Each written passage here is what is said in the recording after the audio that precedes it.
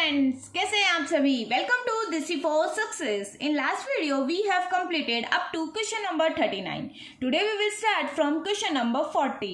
Before starting the video, if you not subscribe the channel yet, subscribe it so that you can find the latest video notification first. So let's start. हमारा question number 40 कहता है A company is an artificial person created by law having dash legal entity. तो separate legal entity. ठीक है. Next, a dash company can invite the public to subscribe its shares. तो कौन सी company share subscribe करने के लिए public को है ना इनवाइट कर सकती है? तो public company. Next question number 42. A company issued 5000 equity shares of ₹100 each at par payable as 40 on application, 50 on allotment and 10 on call. मतलब 100 रुपये का शेयर है. एप्लीकेशन पे कंपनी कितने रुपए मांग रही है? 50 रुपये. अलॉटमेंट पे कंपनी मांग रही है कितने? एप्लीकेशन पे 40, अलॉटमेंट पे 50 एंड फर्स्ट कॉल पे कंपनी कितने ले रही है? 10 rupees. Application were receive for 8000 share. 5000 के बदले एप्लीकेशन कितने थाउजेंड शेयर्स पे मिली है? 8000 shares. Allotment was made on pro rata. How much amount will be received in cash on allotment? तो देखिए हमें अमाउंट कितना रिसीव हुआ है. हमें अमाउंट रिसीव हुआ है 8000 शेयर्स पे 40 के हिसाब से 32,000. बट एक्चुअली रिसीव कितना होना चाहिए था? हमें चाहिए कितना था एक्चुअली में? तो 5000 के हिसाब 40 के हिसाब से हमें चाहिए था 20,000. कितने रुपीस एक्स्ट्रा आए हमारे पास? 12,000 हमारे पास कितने आए हैं? एक्स्ट्रा आए हैं. अलॉटमेंट पे हमें कितने रुपए चाहिए थे? 5000 ही शेयर इशू करे हमने. अलॉटमेंट पे 5000 इंटू 50 यानी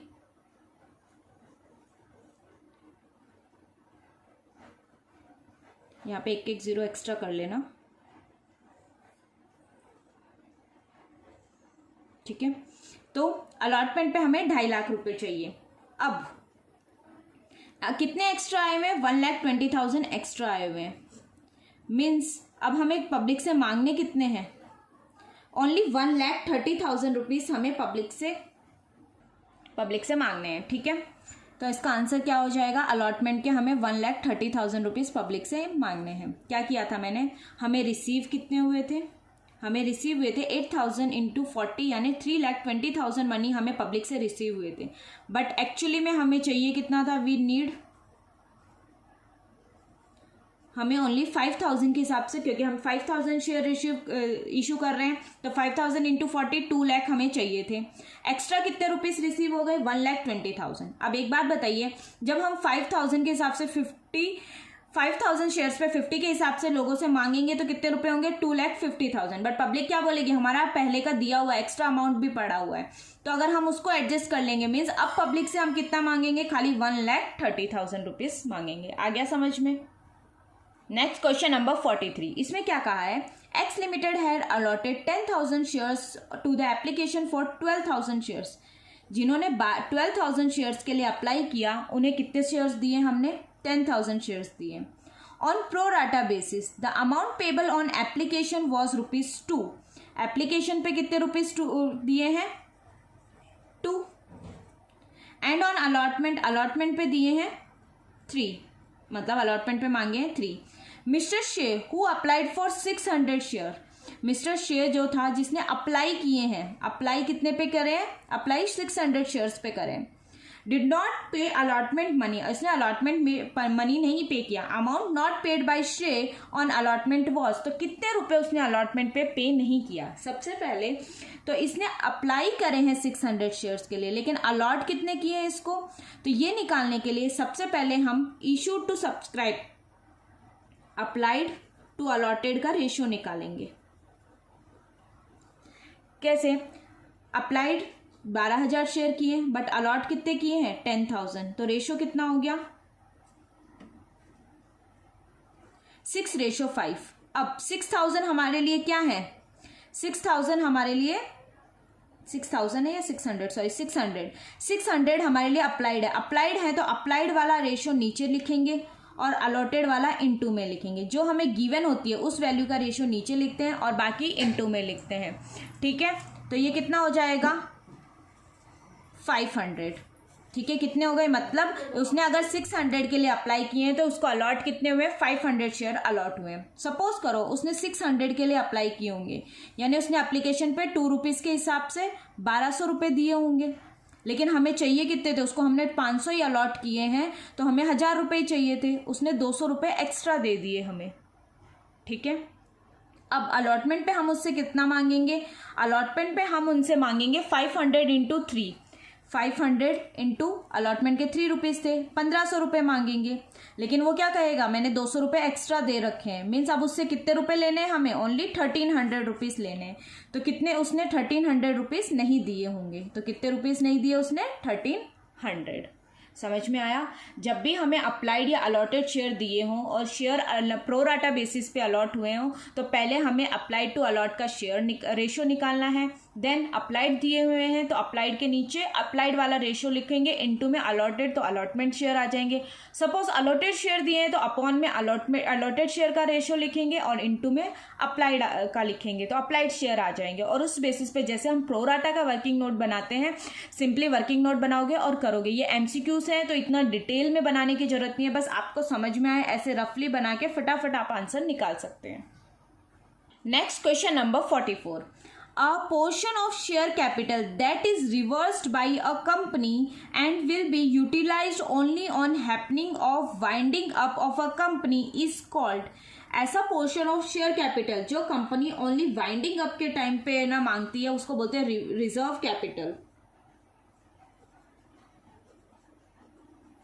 एक रिजर्व कैपिटल होता है और एक कैपिटल रिजर्व होता है। रिजर्व कैपिटल होता है कि जैसे शेयर 10 रुपये का है, कंपनी ने 8 रुपये ही मांगे, कॉल्ड अप 8 ही किए, तो जो 2 रुपये हो वो कंपनी की रिजर्व कैपिटल है। यानी कंपनी कब, जब कंपनी वाइंडिंग अप होगी या कंपनी को जब कैपिटल की जरूरत होगी तब वो 2 रुपये मांगेगी, तो वो कहलाता है रिजर्व कैपिटल। और कैपिटल रिजर्व होता है जो भी हमें प्रॉफिट होते हैं, जैसे मशीन को बेचने पे सिक्योरिटी प्रीमियम आ गया हमें, तो वो सारा अमाउंट किस में जाता है, कैपिटल रिजर्व में जाता है। मीन्स कैपिटल जो प्रॉफिट होता है वो कैपिटल रिजर्व में जाता है, और ऐसा अमाउंट जो अभी तक हमने मांगा नहीं, कभी भी हमने कंपनी कॉल कर सकती है, उसको बोलते हैं reserve capital. Next question number 45 है, अ कंपनी मे और may not maintain a dash seal, तो क्या आएगा, common seal. Next, a public company must have at least dash director, public company में एटलीस्ट कितने डायरेक्टर होने चाहिए, जल्दी बताइए, तो 3।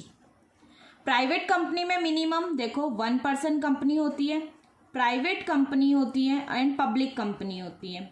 यहाँ मिनिमम, यहाँ मैक्सिमम, तो मैक्सिमम तीनों में 15 डायरेक्टर्स चाहिए होते हैं हमें। 1 पर्सन कंपनी में मिनिमम 1 डायरेक्टर चाहिए, प्राइवेट कंपनी में मिनिमम 2 डायरेक्टर चाहिए एंड पब्लिक कंपनी में मिनिमम 3 डायरेक्टर हमें चाहिए होते हैं। Next question number 47। A Limited forfeited 100 equity shares of ₹10 each issued at a premium of 20% for the non-payment of final call of ₹5 including premium. Maximum amount of discount at which these shares be reissued will be। क्या कहा है, 100 rupees का equity shares था of ₹10 each, 100 equity shares थे 10 rupees के, premium पे issue किया, means 10 रुपये का शेयर पे 20% प्रीमियम, मीन्स 2 रुपये प्रीमियम लग गया, यानी 12 रुपये में दिया। ठीक है, 10 रुपीज़ का हमारा शेयर था प्लस 2 इसके ऊपर प्रीमियम लग गया। For the non payment of final call of ₹5 including premium, 5 रुपये फाइनल कॉल पे नहीं मिले, प्रीमियम भी नहीं मिला, तो मिल कितने गए, 5 रुपये हमें मिल गए, यानी एप्लीकेशन अलॉटमेंट पे हमें कितने रुपये मिल गए होंगे, 5 रुपीज़ मिल गए। तो मैक्सिमम अमाउंट, मैंने कहा जितने रुपए हमें शेयर्स के ऊपर मिल जाते हैं हम रीइश्यू के टाइम पे उतना मैक्सिमम डिस्काउंट दे सकते हैं। तो इसके अंदर मैक्सिमम हम कितने रुपीज़ का डिस्काउंट दे सकते हैं, एक सेकेंड, इसमें क्या कहा है, 5 रुपीज़ नहीं मिले इंक्लूडिंग प्रीमियम, यानी 2 रुपये तो प्रीमियम ही था और बाकी 3 रुपये नहीं मिले होंगे। 3 रुपये कॉल के नहीं मिले, मीन्स कितने रुपए मिल चुके, 7 रुपीज़ मिल चुके और 3 रुपीज़ कॉल के नहीं मिल चुके, क्योंकि इंक्लूडिंग प्रीमियम का है, यानी 2 रुपये तो प्रीमियम के नहीं मिले। तो हम मैक्सिमम कितने रुपये डिस्काउंट दे सकते हैं, जितने रुपये हमें मिल गए, यानी 7 रुपये का हम मैक्सिमम इसके अंदर डिस्काउंट दे सकते हैं। Next question, question number 48। Question number 48 में क्या कहा है, Z Limited forfeited 300 shares of ₹10 each issued at 20% premium ₹9 called up, on which ₹4 on allotment, क्या कहा है, 10 रुपये का शेयर है, ठीक है, 20% प्रीमियम है, 2 रुपीज़ प्रीमियम है, on which 4 rupees 4 on of allotment including premium and first call of rupees 2 has not been received.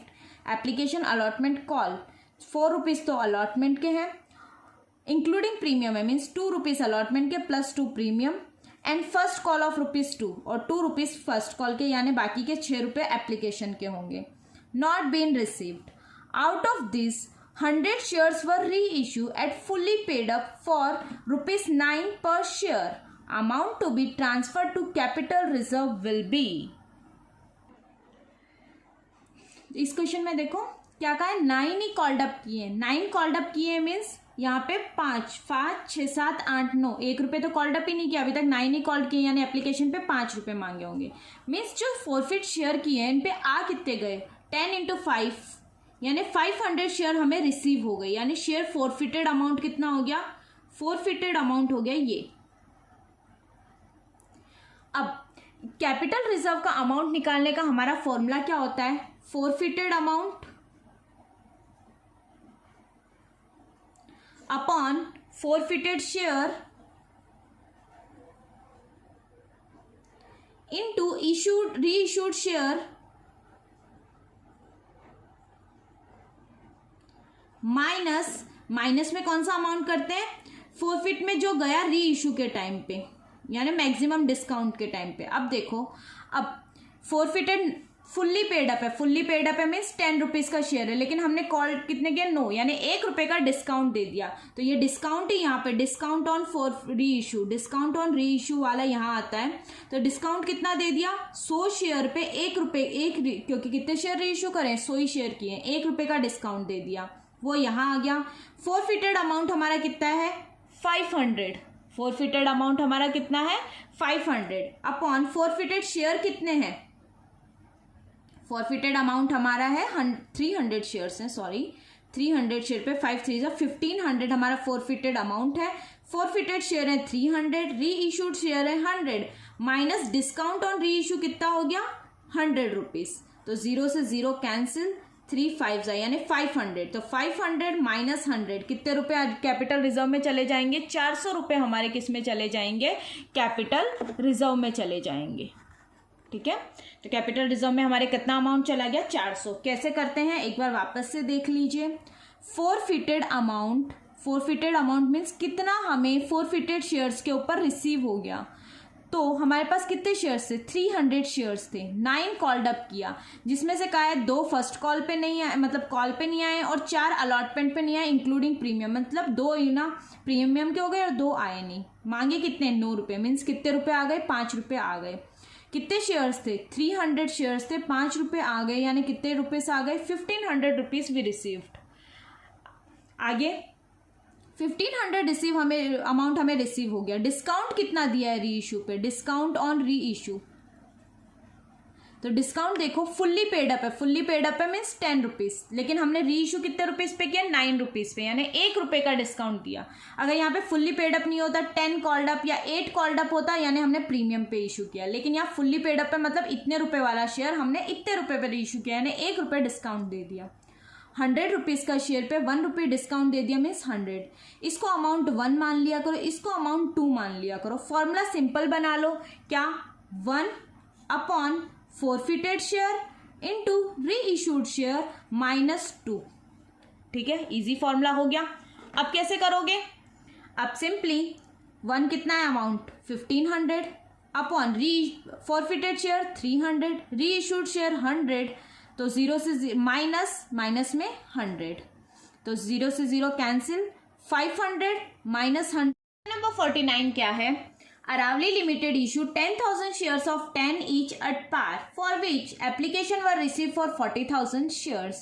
Amount called up on application ₹4. 10 rupees का शेयर था, एप्लीकेशन पे 4 रुपीज़, अलॉटमेंट पे 3 rupees, and on final call the remaining amount. तो remaining amount कितना बच गया, 3 rupees. Shares were allotted on pro rata basis. Excess money will be refunded after utilization for allotment. The bank account will be credited with rupees.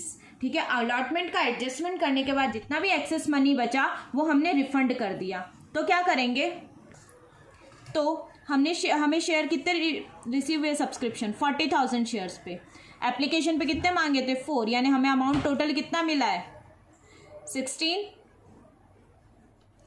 1,60,000। Actually में हमें कितना चाहिए था, हमने 10,000 शेयर इशू करे यानी 40,000।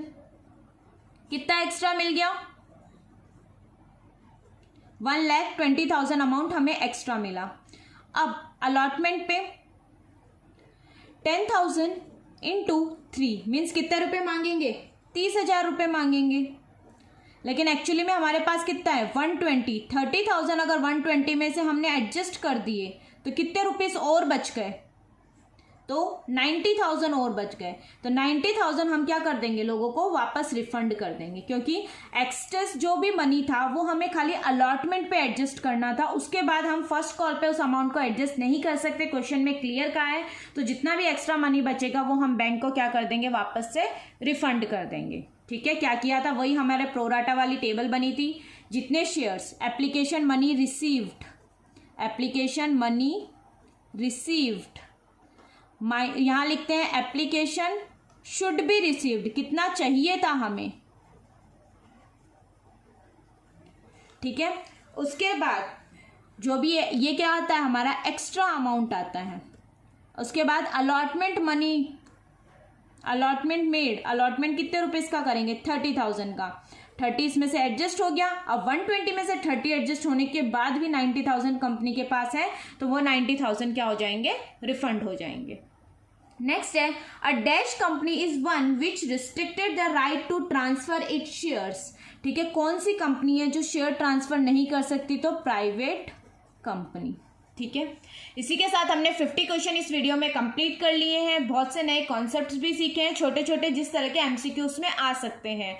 आगे के क्वेश्चन हम हमारी नेक्स्ट वीडियो में कंटिन्यू करेंगे। Till that thank you for watching the video and subscribe my channel.